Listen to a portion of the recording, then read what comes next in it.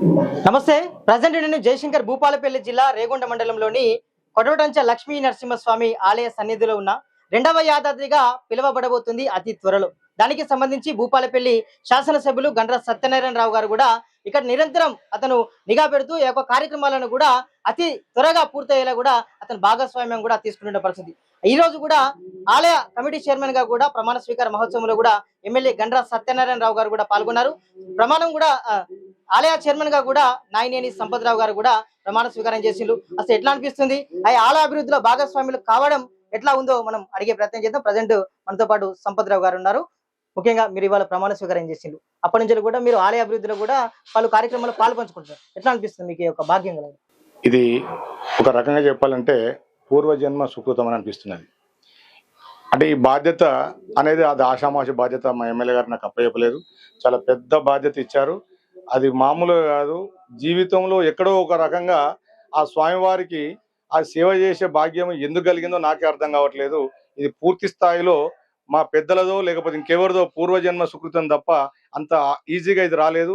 ఆయనకు ఎమ్మెల్యే గారికి నా మీద ఎందుకు గురువు ఉన్నది, ఎందుకు ఇచ్చాడు, కానీ ఆయన ఇచ్చిన పనిని మాత్రం పూర్తి స్థాయిలో 11 నెలల్లో మీరు చూసినట్టుగా ప్రతి పని ఆయన ఏదైతే అప్పచెప్పిండో ఒక గురుతర భావ్యంగా భావించి ఈ కార్యక్రమాన్ని పూర్తి చేసుకున్నాం. అప్పటికి ఇప్పటికి ప్రధానంగా ఆలయంలో మనం ఎలాంటి మార్పులను చోటు చేసుకున్నారని మీరు గమనించండి. అసలు మార్పులు అనేది ఏది కూడా ఒక రకంగా చెప్పాలంటే పాతది అనేది మీరు ఇంతకుముందు కూడా చూశారు, ఇప్పుడు చూస్తున్నారు. ఇక్కడ ప్రతిదీ కూడా ఈ రోజు మీరు చూడాల్సింది ఏంటంటే వైట్ కలర్ వేసిన ఏ ఐటమ్ అయినా ఇవాళ సత్యనారాయణ గారి ఫండ్, సత్యనారాయణ గారి పుణ్యమా అని చెప్పని ఆయన తెచ్చిన ఫండ్తోనే ఈ రోజు ఇంత ఆలయాన్ని మనం అభివృద్ధి చేసుకోవడం జరిగింది. ఆలయం మామూలుగా ఇప్పుడు కొన్ని కోట్లతో అయితే పనులు ప్రారంభం అవుతున్నాయి. మీరు కూడా మామూలుగా ఇవరాక ప్రమాణ స్వీకార కార్యక్రమంలో కూడా చెప్పిండ్రు. ఎమ్మెల్యే గంటా సత్యనారాయణ కూడా వారంలో కూడా దాదాపు 3-4 రోజులు కూడా ఇక్కడ తిష్ట వేసి పనులను కూడా నిర్వర్తించే కార్యక్రమంలో భాగస్వామ్యం కావడం అని చెప్పిండు. దాని పట్ల ఎమ్మెల్యే గంటా సత్యనారాయణ గురించి ఏం చెప్తారు? అసలు గంట సత్యన్న గురించి చెప్పాలంటే మా స్వామివారం అయిన గుండెల్లో ఏదో ఒక రకంగా ఎప్పుడో ఓ బాణం గుచ్చినట్టు గుచ్చిండు. ఇది ఆయనకు ఇదంతా కూడా ఇది చెయ్యాలి అని ఒక తపన ఆయనకు ఉండడము, స్వామివారి ఆయన గుండెల్లో ఉండడము. ఆయన ఎప్పుడైతే బీ ఫామ్ పెట్టుకొని ఇక్కడ స్వామివారి పాదాల దగ్గర బీ ఫామ్ పెట్టుకొని వెళ్ళి నామినేషన్ వేసిండో అంతకుముందే దీని మీద చాలా వరకు ఆయనకు గురి ఉండేది. కానీ ఒక మాట అన్న ఏం సంగతి అని చెప్పని ఏదో అన్నాడు. ఆయన రెగ్యులర్గా ఆయన ఇక్కడ పెట్టుకునేవాడు, ప్లస్ వాళ్ళ బుద్ధారం గుళ్ళో కూడా పెట్టుకునేవాడు. ఆ నామినేషన్ వేసిన ఉన్నాడు. చెప్తే అన్న ఈసారి కనుక ఫస్ట్ స్వామివారి పాదాల కాడ బీఫామ్ పెట్టి మీరు కొంచెం వెళ్ళండి అన్న, ఈసారి మీరు గెలుస్తుందని చెప్పని ఆయనకి ఎందుకో నా నోటికి ఎందుకు వచ్చిందో చెప్పడం, ఆయన పెట్టడము, సరే అత్యధిక మెజార్టీతో గెలవడము. ఆ తర్వాత ఎంబడే నేను మళ్ళీ అన్న డెవలప్మెంట్ గురించి కూడా మీకు ఐడియా ఉంది కదా అంటే తప్పకుండా అన్న మనం చేద్దామని అన్నాడు. ఎంత 2 నెలల్లోనే 12,15,00,000 రూపాయలు శాంక్షన్ తేవడము. అది ఏదైతుందో తెచ్చిన తర్వాత కొంతమందిని పిలిస్తే టెండర్కు సరిగా రాక డబ్బులు రావానో లేకపోతే పనులు కావనే ఉద్దేశంతో అది కొంత పెండింగ్ జరగడం జరిగింది. ఆ తర్వాత ఫైన్ మార్నింగ్ ఇద్దరం కలుసుకున్నాము. ఏదనుకున్నాం అన్న ఇది ఏది కాదు, 1 సంవత్సరం లోపలనే స్వామివారిని మళ్ళీ మనం పునరుద్ధరణ చేయాలని అంటే 1 సంవత్సరం లోపలనే స్వామివారి జాతర అయిపోయాక స్వామివారిని బయటికి బాలాలయం తరలించాలి.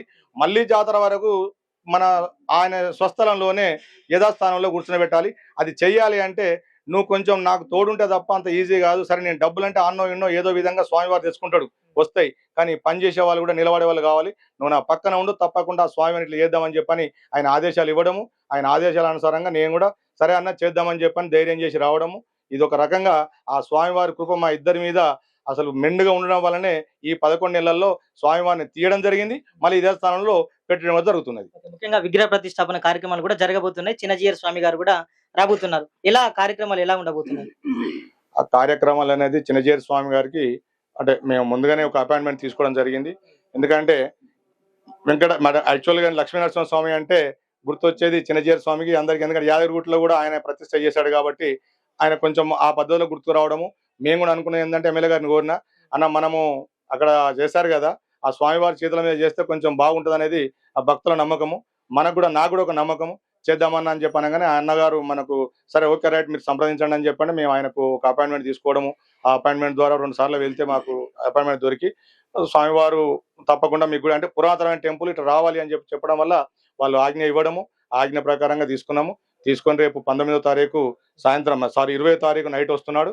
వచ్చి యంత్ర ప్రతిష్ఠ చేసి తెల్లారి పూర్తి స్థాయిలో ప్రతిష్ట 10 గంటల 40 నిమిషాలకు 21వ తారీఖు రోజు నాడు జరగబోతుంది. ఏదైనా కార్యం చేయాలంటే ఇంట్లో వాళ్ళ సపోర్ట్ అనేది 100% ఉండాలి. మీ తరపున మీ ఇంట్లో మామూలుగా మీరు ఆలయ చైర్మన్ గా మీ దగ్గరికి టాపిక్ వచ్చినప్పుడు మీ ఇంట్లో వాళ్ళతోటి డిస్కస్ చేస్తే ఎలా అనిపించింది? వాళ్ళు ఏమన్నారు మీతోటి? ఇంట్లో నాకేందంటే ఈ స్వామివారికి మేము అందరం భక్తులం ఒరిజినల్‌గా. అంటే ఈ పని నాకు ఎమ్మెల్యే గారు అప్పజెప్పిన క్రమం లోపల కొంచెం ఇబ్బందిగానే ఫీల్ అయినాం ఫస్ట్‌లో. ఎందుకంటే చాలా పెద్ద బాధ్యతలు నా భుజాన వేస్తున్నాడు. ఇది సాధ్యాసాధ్యాలు ఎంత అని చెప్పని ఆలోచించుకున్నాం. ఎందుకంటే నేను వ్యాపారస్తుని. ఒక దశలో ఈ మధ్య కాలంలోనో అన్న వెంబడి రెగ్యులర్‌గా అంటే అన్న వెంట ఉంటున్నాము. ఎందుకంటే ఎలక్షన్ కంటే ముందు నుంచి కూడా రెగ్యులర్‌గా ఉంటున్నాము. ఆయన కార్యక్రమాల్లో పాల్గొనాలి. ఇటు స్వామివారి పనులు చేయాలి. రెండోన వ్యాపారాలు చేయాలి. ఎట్లా సాధ్యం అని చెప్పని ఒక రకంగా ఇబ్బంది పడ్డాము. కొంచెం ఒక 3 డేస్‌కు మేము తర్జన భర్జన అవుతున్న క్రమం లోపల ఇంట్లోనే మీరు అన్నట్టు ఇప్పటిదాకా ఇంట్లో గెలిచి రచ్చ గెలవాలి. సరే నేను ఉన్న వ్యాపారాన్ని విడిచిపెట్టి వస్తే మరి పిల్లలు ఏమైపోతారు, వీళ్ళు ఏమైపోతారు, మళ్ళీ తర్వాత గడ్బిడి అవుతారని చెప్పి ఇంట్లో ఒక రకంగా మీటింగ్ పెట్టుకొని డిస్కస్ చేసి ఓకే రైట్ నాన్న మీరు అందరు కనుక ఓకే మేము చేసుకుంటాం అనుకున్నా కనుక నేను స్వామివారి సేవలో ఒక 1 ఇయర్ చేసి తరిస్తా అని చెప్పనగానే నా కుటుంబ సభ్యులు కూడా హ్యాపీగా ఫీల్ అయ్యి ఆ స్వామివారు మన ఇలవేల్పు తప్పకుండా మీరు వెళ్ళండి 100% మేము చేసుకుంటాం అని చెప్పని పిల్లలు కూడా ఆజ్ఞ చేయడము, నా మిస్సెస్ కూడా మీరు చేయండి ఏం ఇబ్బంది లేదని చెప్పని ఒక రకంగా వారు సెలవిస్తేనే చేసిన క్రమం లోపల మాకు ఒక లోటు ఉండేది. ఆ లోటు కూడా 6 నెలల తర్వాతనే స్వామి మాకు ఆ పాజిటివిటీ వచ్చింది. ఇంకా కూడా రెట్టింపు అయిపోయి ఆ పాజిటివిటీ అంతకుముందే మేము భక్తితో ఉన్నాం కాబట్టి చేస్తున్నాము. ఆ పాజిటివిటీ ఏదైతే అయిందో తద్వారా ఇంకా కూడా స్వామికి ఇంకెంతో చేయాలనే తపన కూడా ఇంకా స్పెషల్ ఇంట్రెస్ట్ కూడా పెరగడం జరిగింది. స్వామి వారి రుణం తీర్చుకున్నారా? ఇంకా తీర్చుకునేది ముందుందా? ఇంకా చాలా ఉంది. ఆయనకు రుణం మనం ఎంత బాకినామో మనకి ఎట్లా తెలుస్తుంది? స్వామివారి ఎప్పుడు అసలు ఎంత చేస్తే రుణం తీరుతుందో స్వామివారికి రుణం తీర్చేదైతే మనం భక్తుల పరంగా కాదు, ఇంకా చాలా ఉందని అనుకుంటున్నాను. నాకు తెలిసి అంటే ఈ వయసులో ఒక రకంగా ఆధ్యాత్మికం అనేది కొంచెం ఒక వయసు వచ్చినాక అలవాటు పడుతుంది. 55 ఏళ్లలో నాకు నిజంగా రావడము, ఆ స్వామివారి సేవ చేసుకోవడము, ఫస్టే మా ఎమ్మెల్యే గారు నాకు ఒక మంచి బాధ్యత ఎప్పుడైతే ఒక ఫస్ట్ పని అప్పచెప్పిండు, తర్వాత ఒక బాధ్యత కూడా అప్పచెప్పిండు. ఈ రోజు మీ అందరి సమక్షం లోపల స్వామివారి ఆలయానికి చైర్మన్ గా బాధ్యత తీసుకోవడం అనేది కూడా చాలా ఆనందకరంగా ఉంది. ఫైనల్ గా ఎమ్మెల్యే గంటా సత్యనారాయణ గురించి మీరు చెప్తానంటే ఒక మాటలు ఏం చెప్తారు? అసలు ఆయన ఒక రకంగా చెప్పాలంటే నేను మనిషిలాగా ఆయన కాదు, ఒక భగవంతుని రూపంలో చూస్తున్నా, ఒక శక్తి. అసలు ఆయనకి ఎక్కడిది పవరు ఏంది అనేది మాకే అసలు విచిత్రం అనిపిస్తుంది. ఎందుకు చేస్తాండి ఇట్లా? అంటే ఒక స్వామి వారికి ఇప్పుడు ఆయన నియోజకవర్గానికి ఎమ్మెల్యే, ఒక నరసింహస్వామి మీద ఎంత భక్తి ఉంటే ఆయన అమితమైన భక్తితోని ఆయనకు ఒక మార్కేనో లేకపోతే భక్తేనో ఏదో గాని ఈ స్వామివారి మీద మాత్రం ఆయనకు అమితమైన ప్రేమ. అసలు ఒక రకంగా చెప్పాలంటే జీవితంలో ఇంకా 50 సంవత్సరాలు కానీ ఇంకా 100 సంవత్సరాల వరకు కూడా ఇక్కడ 100 రూపాయలు ఎవరికి కూడా పెట్టే అవకాశం లేకుండా పూర్తి స్థాయిలో పనులు ఆయన చేయించినందుకు ఆయనకు మేము నిజంగా కూడా జీవితకాలం అంతా కూడా నేను, నా కుటుంబ సభ్యులు, మా గ్రామ ప్రజలు, మా రేగొండ మండల ప్రజలు, నియోజకవర్గ ప్రజలు అందరూ కూడా ఆయనకు రుణపడి ఉంటారని చెప్పని ఆశిస్తున్నారు. గతంలో కూడా ఇక్కడ పాలించారు ఎమ్మెల్యేగా, కొంతమంది వాళ్ళ యొక్క బాధ్యతను నిర్వర్తించారు. కానీ ఇప్పటికి కూడా ఇప్పుడు ఈ కొట్టవటం ఆలయం గురించి కూడా ఎవరు దృష్టి సారించినటువంటి పరిస్థితి. ప్రజెంట్ అయితే ఎమ్మెల్యే గంటా సత్యనారాయణ గారు దృష్టి సారించారు. ఏమంటారు దీనిపైన?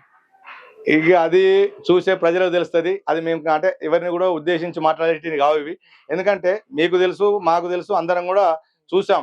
ఎప్పుడు కూడా చేస్తే ఎవరు చేసినా, ఏ నాయకుడు చేసినా ఓ 50 లక్షలు చేసిండ్రు, 20 లక్షలు చేసిండ్రు, 10 లక్షలు చేసిండ్రు. కానీ ఎట్టే టైంలో ఒక 20 కోట్లు పెట్టి ఇక్కడ ఇంత ఖర్చు పెట్టి ఇంకా 10 కోట్లు తెస్తా, ఇంకా 5 కోట్లు తెస్తా, ఏదన్నా కానీ స్వామి వారి దగ్గర ఏది కూడా లోటు ఉండొద్దు అని చెప్పనేటువంటి ఒక ఏం సత్యన దగ్గర కనబడడం.